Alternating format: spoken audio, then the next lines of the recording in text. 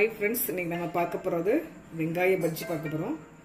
எங்க ஊர்ல நல்லா மழை பெஞ்சிட்டு இருக்கு. எங்க வீட்டுக்காரங்க தீபாவளிக்கு வந்திருக்காங்க. அதனால ஒரு பஜ்ஜி போடலாம் அப்படிங்கறத பத்தி ஒரு திங்க் பண்ணோம்.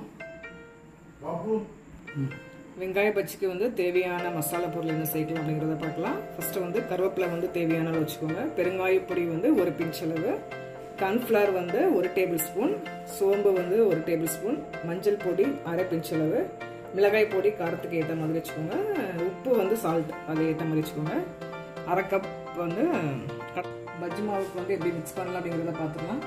1/2 கப் கடலை மாவு வச்சுருக்கோம் இல்லையா, அதை ஃபஸ்ட்டு போட்டுக்கலாம்.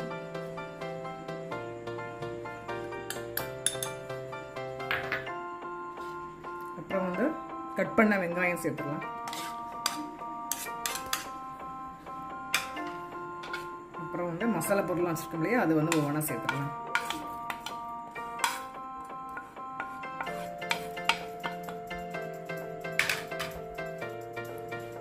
இப்போ வந்து நல்லா மிக்ஸ் பண்ணிக்கலாம். தண்ணி நிறைய விட்டுறாதீங்க, கொஞ்சம் கெட்டி பதம் வர மாதிரி சேர்த்துக்கலாம்.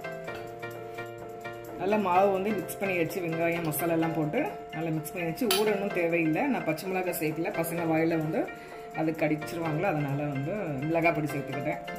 இப்போ வந்து ஸ்டவ்வை வந்து ஆன் பண்ணியிருக்கேன்.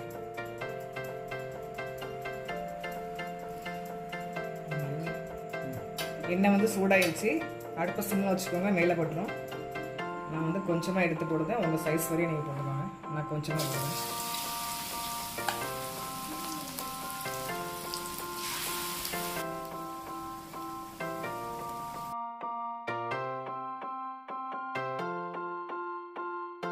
நம்மளுடைய வெங்காய பஜ்ஜி வந்து ரெடி ஆயிடுச்சு.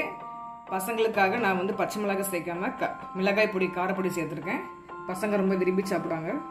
ஓகே ஃப்ரெண்ட்ஸ், குணம் வேணி சேனல் உங்களுக்கு பிடிச்சிருந்தா லைக் பண்ணுங்கள், ஷேர் பண்ணுங்கள், சப்ஸ்கிரைப் பண்ணுங்கள். Okay, thank you. ஓகே.